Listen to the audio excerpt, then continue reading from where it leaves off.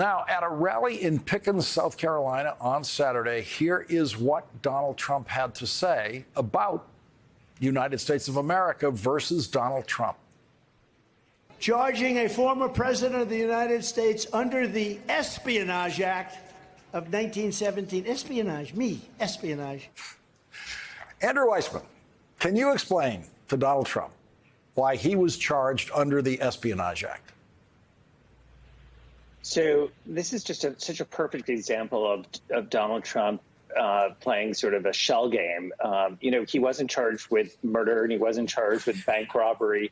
I mean, to sit there and say, I wasn't charged, I'm being charged now with espionage. Well, no, he's not being charged with espionage in the sense of he's a spy. The title of the statute that comprises lots of components is called the Espionage Act. One of the things that it criminalizes is if you improperly and knowingly and intentionally retain national defense information.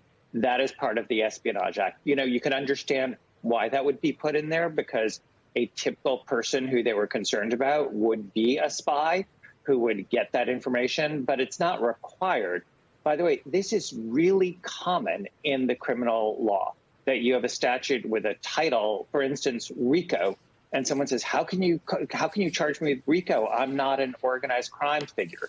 I'm not part of the Italian mafia in New York. Well, it is true that the RICO statute's used for that, but that's not all it's used for. This, to me, is such a demeaning way of sort of pandering to his base with really no there there. So that's my total assessment of and of course, simple possession of a classified document is the first stage of espionage. You must first possess it before you then disseminate it to someone else in an actual act of espionage. But let's move on with more of the Trump defense. Let's hear more of Donald Trump's defense of Donald Trump.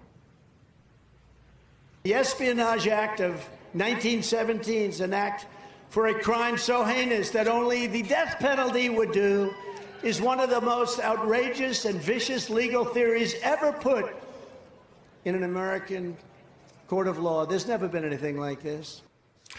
Neil Katyal, has there ever been anything like this?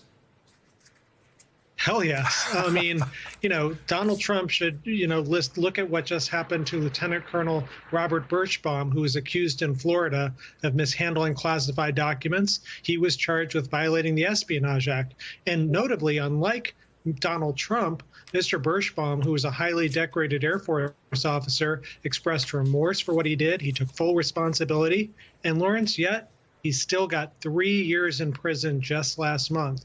And lots of other people have been prosecuted for similar things. There were 2 National Security Agency officials, Harold Martin and Nagaya Wong, and they both received 5.5 years or 9 years, respectively, for their different criminal sentences based on similar things. And Donald Trump claims to be a strict constructionist. I'm not sure he knows what that means, but he should just look at the language of the Espionage Act. It describes him to a T.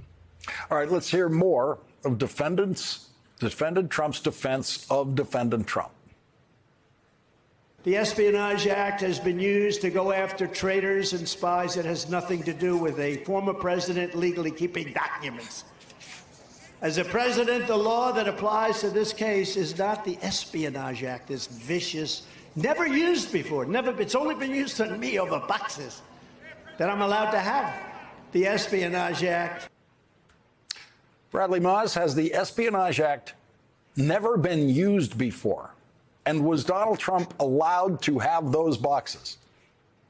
I'm going to say, just as Neil was saying, it's been used tons. It's been used plenty, including during the administration of Donald Trump. You think of, the one name Neil mentioned, Harold Martin, who was that NSA official. He had just stored boxes and hoarded it for like 20-something years. He never gave it to anybody, but he had them all. It was intentional, willful retention, and he didn't return it. That was the Espionage Act charge. It's the same one against Donald Trump. No, this is all ridiculous. Donald Trump had no right to these documents. They were, by their definition, either presidential records that were the property of the United States and had to be returned to NARA, or some of them may have simply just been agency records that were never supposed to be in his possession and were supposed to have been returned to their respective agencies and came under the Federal Records Act.